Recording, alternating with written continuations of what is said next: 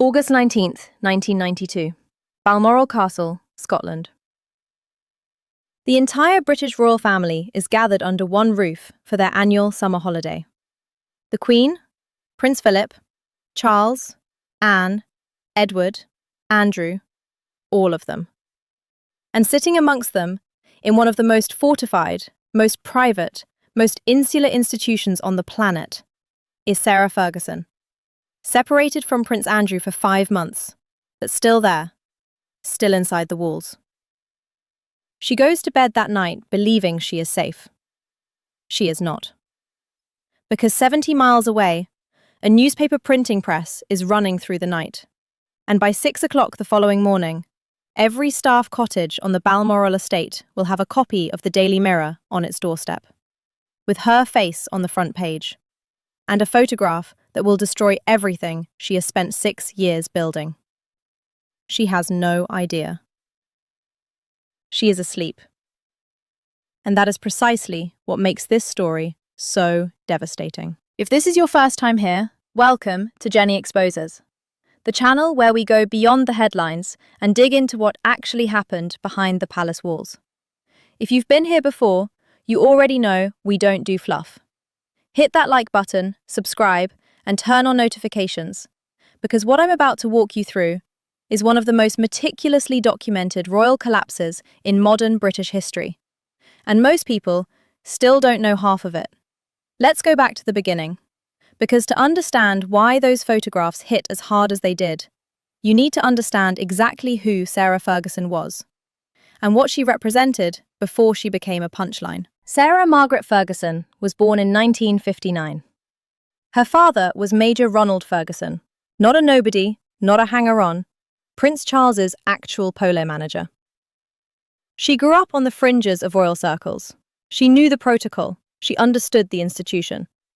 When she married Prince Andrew at Westminster Abbey in July 1986, 500 million people watched it on television. 500 million. And the British press, which has spent years putting Diana on a pedestal so high she could barely breathe, genuinely seemed to like Sarah Ferguson. They called her Fergie. They printed photographs of her laughing with her mouth wide open, skiing badly, looking slightly dishevelled, and they loved it.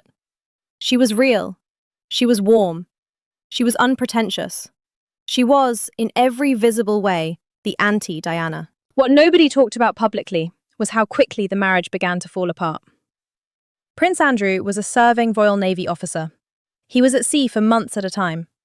Ferguson, new to the institution, new to the responsibilities, new to the suffocating protocol of life inside the firm, was effectively left alone inside a system that did not believe in hand-holding. She ran up debts.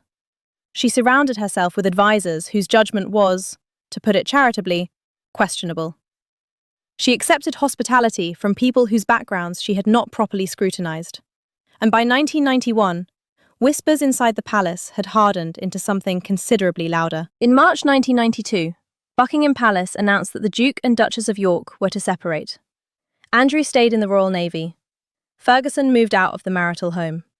And this is where the story takes a turn that even her most sympathetic defenders find difficult to justify.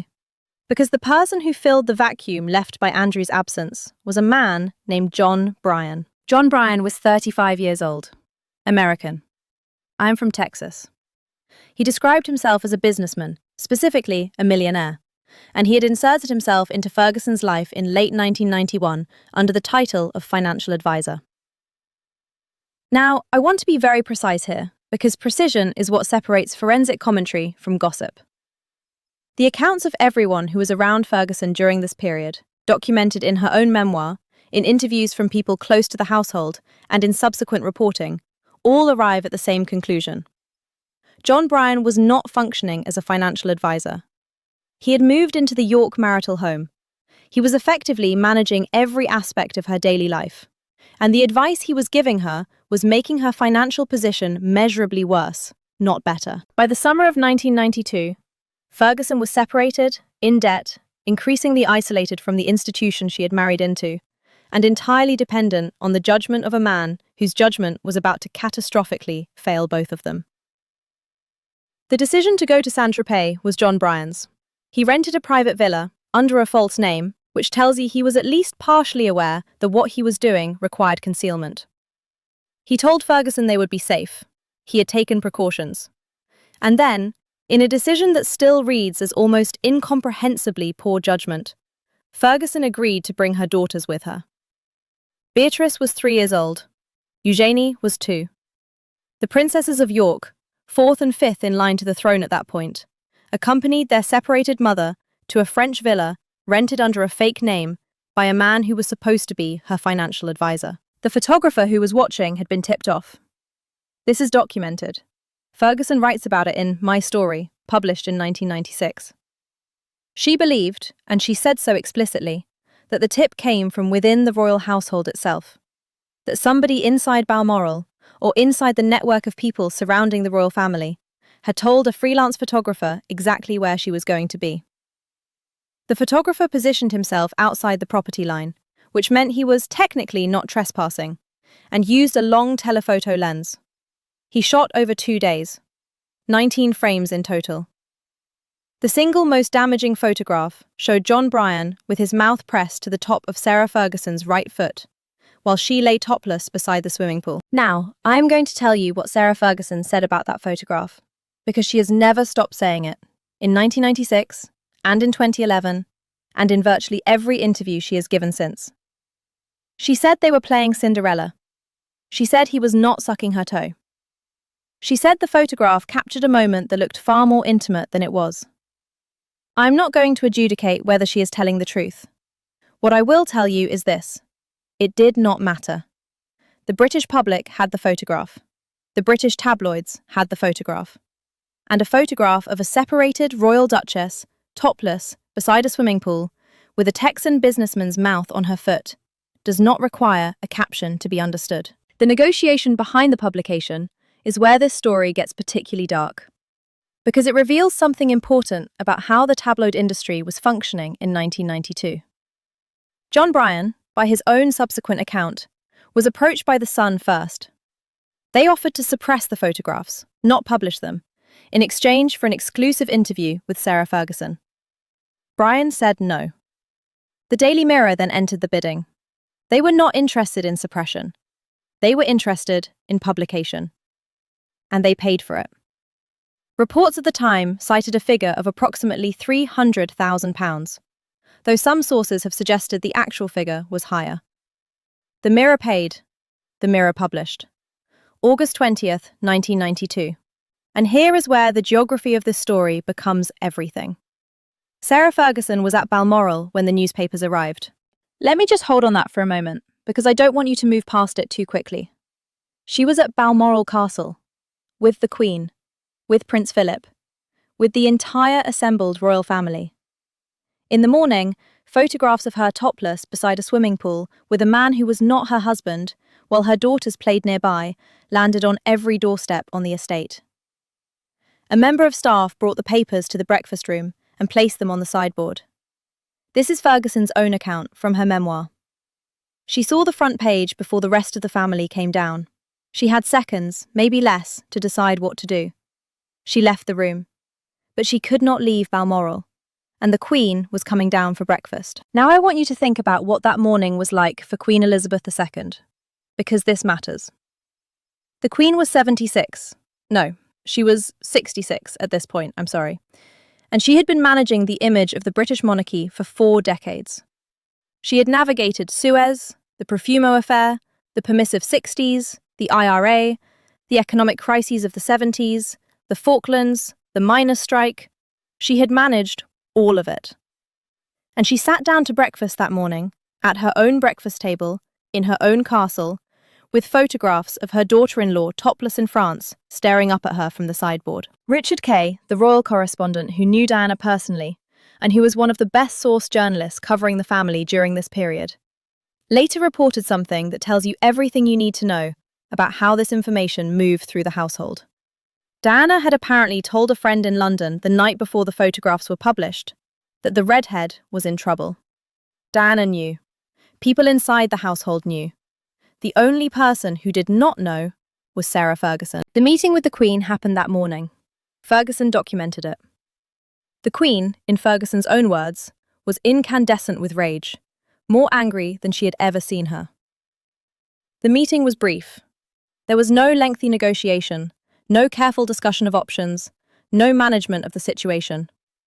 Ferguson was effectively told that her position within the royal family was finished. She left Balmoral that day. She never returned as a working member of the family for another summer holiday. The Queen's Christmas card list, and if you don't know about the Christmas card list, it is an actual document with actual political significance in British establishment circles, quietly removed her name. Within 12 months, the divorce proceedings were being finalised. Ferguson lost her HRH title upon the divorce in May 1996. The financial settlement was reported as a lump sum of approximately £350,000, plus a modest annual income, a figure that becomes almost surreal when you set it against Diana's £17 million settlement a year later. The institution that had kept her had now priced its exit from her, and the price was not high. But the story does not end there. It never does in royal history. Because 3 days after the toe-sucking photographs were published, 3 days, the Sun ran the Squidgygate transcript. The recorded phone calls between Princess Diana and her friend James Gilby. In a single week, in August 1992, 2 senior royal women had their private lives detonated on successive front pages of British tabloids. Andrew Morton's book about Diana's life and her marriage had already run in June. The Windsor Castle fire was coming in November. The Charles and Diana separation announcement would come in December. The Queen would later call 1992 her annus horribilis. But the toe-sucking photographs were the visible fulcrum, the moment when the year cracked open. And what Buckingham Palace did in response to all of this is almost as significant as the photographs themselves. Nothing. They issued no statement. The Queen made no public comment.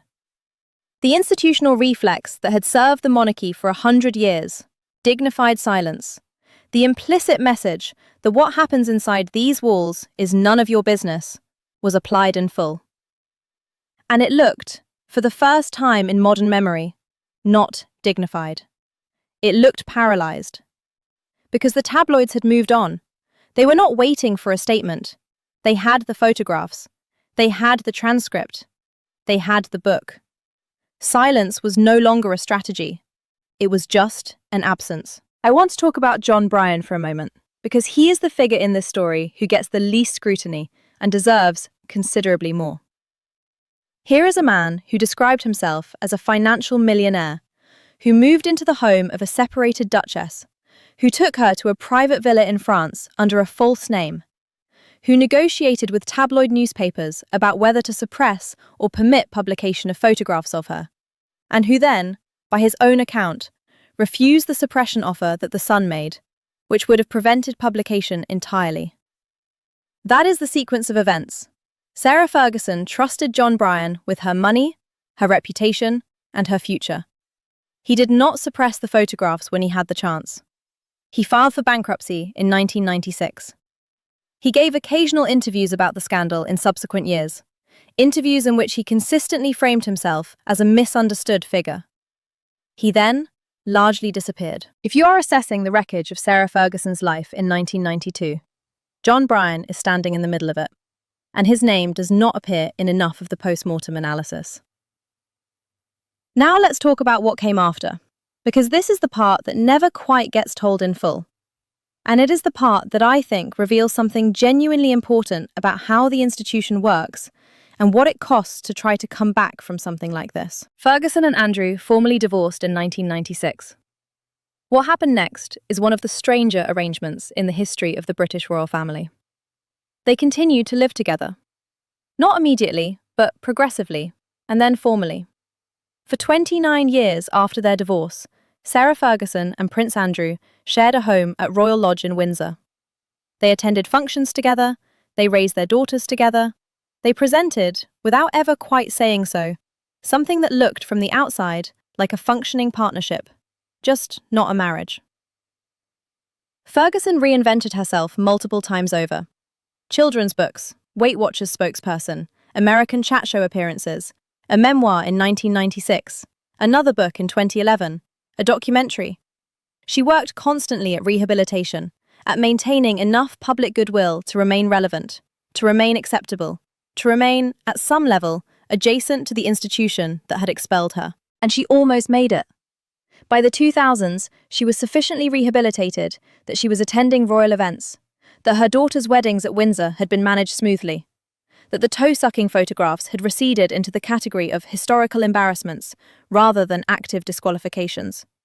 She had done the work. For 30 years, she had done the work.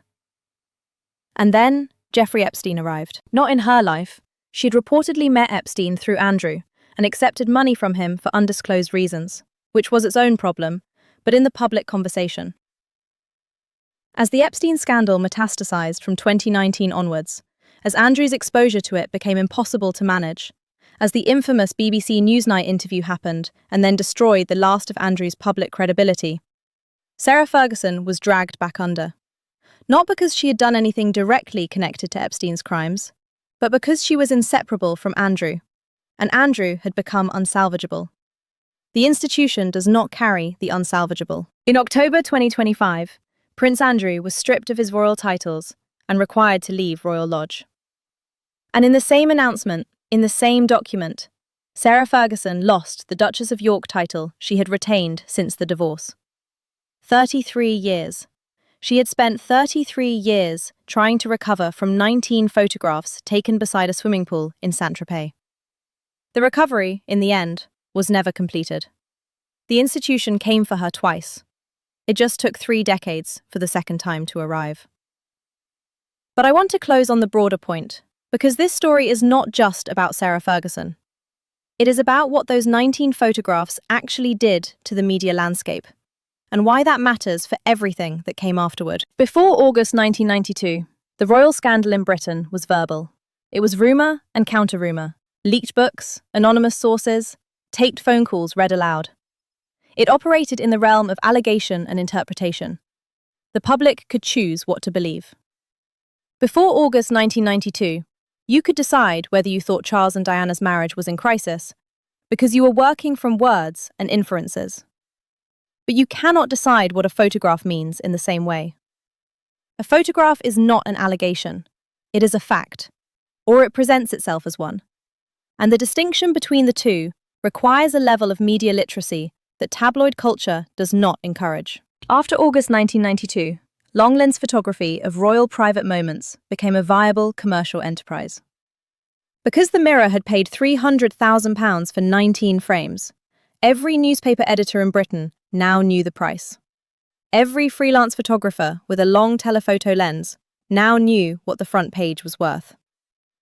The entire subsequent ecology of British tabloid royal coverage, the relentless pursuit, the rented villas, the false names that didn't work, the tips from inside households, the bidding wars, all of it was shaped by what happened in August 1992. The 1995 Panorama interview with Diana, in which she sat across from Martin Bashir and told the world there were 3 people in her marriage, was a direct response to this environment.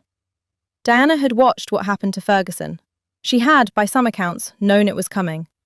And she understood that the only way to control a media environment that had become entirely visual and entirely ruthless was to give it a visual and a narrative on your own terms, before it got one without you.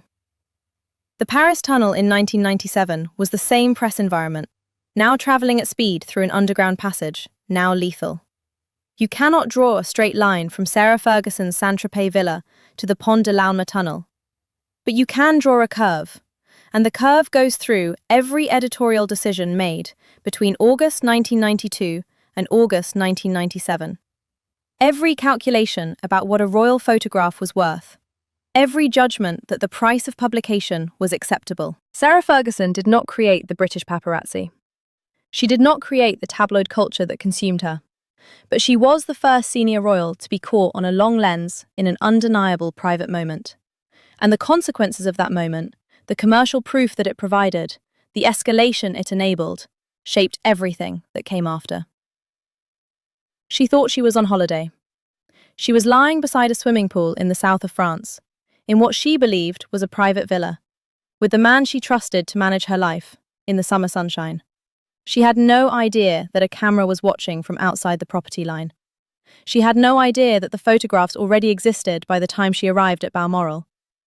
She had no idea that people inside that household had already seen them, or known they were coming, or warned their friends in London. She found out the way the rest of the country found out, by reading the front page of the Daily Mirror. Except she read it in the Queen's breakfast room, with the sound of the rest of the family coming down the stairs behind her. 19 frames, 2 days in St Tropez, 33 years of consequence. That is what this story is. Not a tabloid anecdote, not a 90s punchline. A forensic record of how quickly an institution can decide that someone is no longer worth protecting, and how long it takes to understand that the decision was already made before you walked into the breakfast room.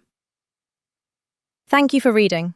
If you found this useful, share it, because this kind of granular royal history is exactly what this channel exists to provide, and the algorithm rewards you sharing it more than almost anything else you can do. Subscribe if you haven't already, and I'll see you in the next one.